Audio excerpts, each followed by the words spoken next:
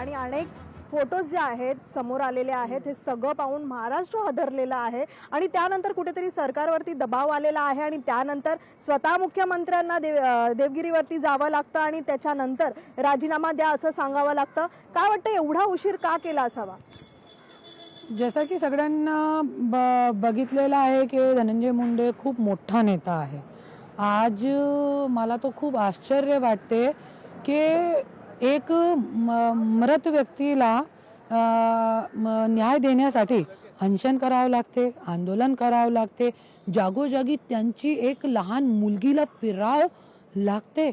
खूप घाणेरडी गोष्ट आहे आणि हे सगळ्यांना माहिती आहे की त्यांच्या तोंडावरती लघवी केलेली आहे, त्यांना इतकी क्रूरपणे से मारहाण केलेली आहे. 3 महिने अगोदर सगळ्यांच्या समोर आलेली आहे ही बात. नैतिकताच्या आधारावर 3 महिने अगोदर हे राजीनामा झाला पाहिजे होता, तरी पण हे लोक पाठीशी घालताय. याच्यामध्ये आज कसं राजकारण महाराष्ट्रामध्ये चाललेलं आहे हे लोकांच्या समोर आलेलं आहे. हे खूप विचारणीय गोष्ट हे झालेली आहे. क्रूरतेचे हे फोटो सगळे पाहायला मिळत आहेत आणि ह्या सगळ्यानंतर सरकारवरती दबाव आल्यानंतर अशा पद्धतीचे आदेश राजीनाम्याचे मुख्यमंत्र्यांनी दिलेले आहेत. सुरुवातीला अजित पवार यांच्यावरती मुख्यमंत्र्यांनी सोपवलं होतं की तुम्ही तुमच्या पक्षाचा निर्णय घ्या राजीनामा संदर्भात. याआधी अनेक नेत्यांनी आपल्या नैतिकतेच्या आधारावरती राजीनामे दिले होते. मग धनंजय मुंडेंच्या बाबतीत का असं? त्याच्या पाठीमागे खूप मोठी मोठी गोष्ट आहे. क्योंकि जसं की मी अगोदर म्हटलेलं आहे की धनंजय मुंडे जे आहे, अजित गट जे आहे, अजित गट नसून धनंजय मुंडे गट आहे, तो स्वतःच्या गटामधून स्वतःला कशा काढू शकतात? ते विचारणीय गोष्ट आहे ना. त्याच्यासाठी आज पाठीशी घालण्याचं काम केलं गेले 3 महिने. चालेल, पण देर का होईना पण आज राजीनामा घेतलेला आहे आणि बहुतेक राहुल नार्वेकरजी त्याच्या घोषणा करतील. निश्चितच ह्या सगळ्यानंतर राजीनामा जरी झाला, तुम्ही समाधानी आहात का? कारण याच्या पुढे काय असू शकतं? कारण एकीकडे त्यांचा मंत्रिपद असेल, आमदारकी असेल, काय होऊ शकतं?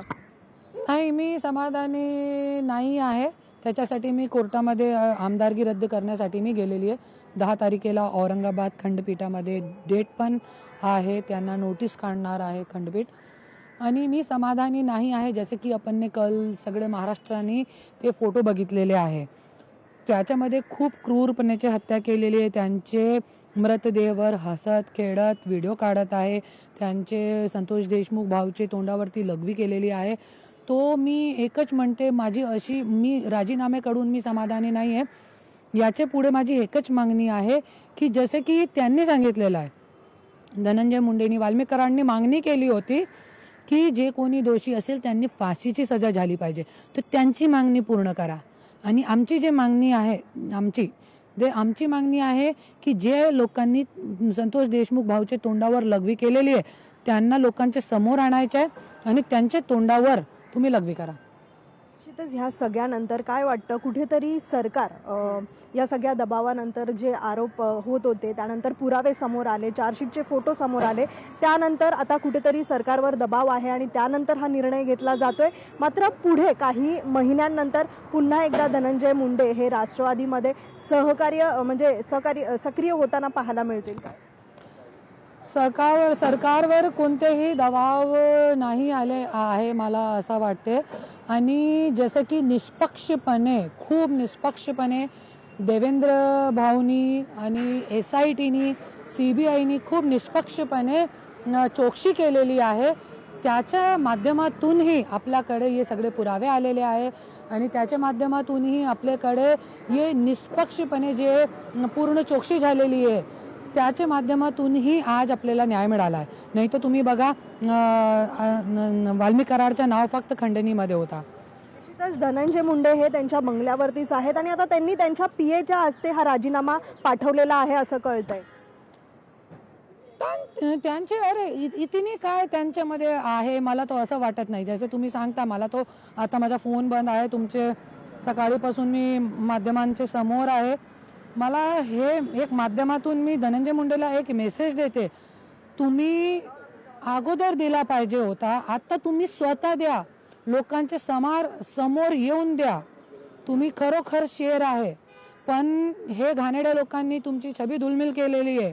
पण मी एक बायको म्हणून मी तुम्हाला एक ये देते, एक राय देते की तुम्ही जसं लोकांनी तुम्ही जनप्रतिनिधी बोलून निवडून दिला, असंच तुम्ही जनप्रतिनिधी आहे आणि जनप्रतिनिधीसारखं काम करा, लोकांचे समोर या आणि छाती ठोकपणे राजीनामा द्या.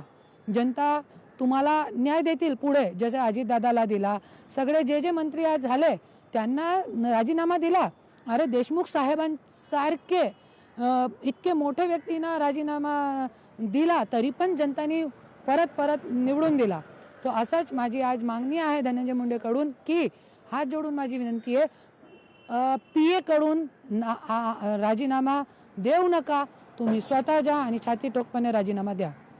निश्चितच सर, आपण पाहतोय की करुणा मुंडे यांचं हे संपूर्ण वक्तव्य पाहताना मात्र नुसती राजीनाम्याची मागणी ही चालणार नाही, तर भविष्यामध्ये अशा पद्धतीचं क्रूर हे बंद झालं पाहिजे आणि त्या पुढेही अशाच पद्धतीत लढत राहणार असल्याची माहिती यावेळी लोकशाहीला दिलेली आहे. व्हिडिओ जर्नलिस्ट राजेश मनियारसह मीनाक्षी म्हात्रे, लोकशाही मराठी, मुंबई. लोकशाही मराठी ऐका, पहा, जागरूक रहा.